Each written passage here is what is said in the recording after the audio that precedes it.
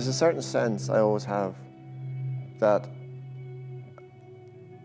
being elsewhere is never quite home, that the Abbey is a sort of home. And that's because when I was a little boy, I'd come in here with my mother. It was an extension of our lives, coming in here. I didn't understand about acting, plays, theatres. It was the place my mother went in the evening, and sometimes she brought me with her. Actually, I avoided the theatre, I think, probably quite actively. But then as it so happened that I met an actress called Alison Deegan, and somehow or other, and married her, thankfully. Or she married me. I think it was her generosity rather than anything I did. And that was about 1986, and then I did write a play, I think because of that. It was a play called Buckeridge's Boys, and it did a strange thing.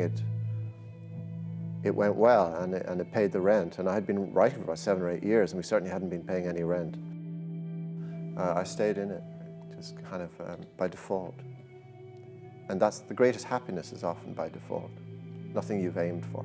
Because I wanted to be a poet, and having failed in that, I had no ambition to be anything else. It's kind of freeing in a way. I believe the Abbey has had some emails from Offaly, where there is a Ballycumber townland.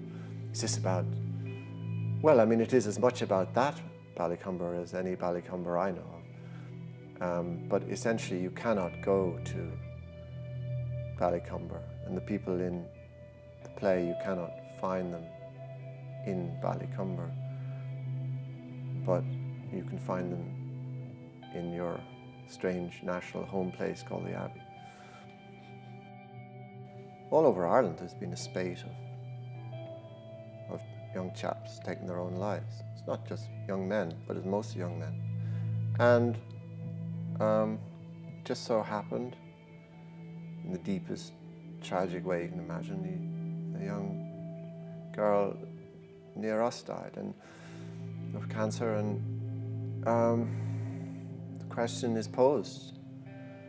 Why is it that on one side of the world, or one side of the townland, a person takes their own life, and on the other side there's a person struggling for that life? And what is that? And that's the question.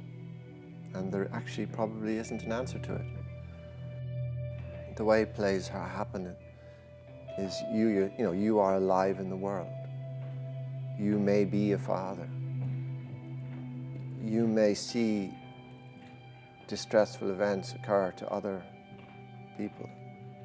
And then you may want to map out the nature of that response to tragedy. And then you have a play.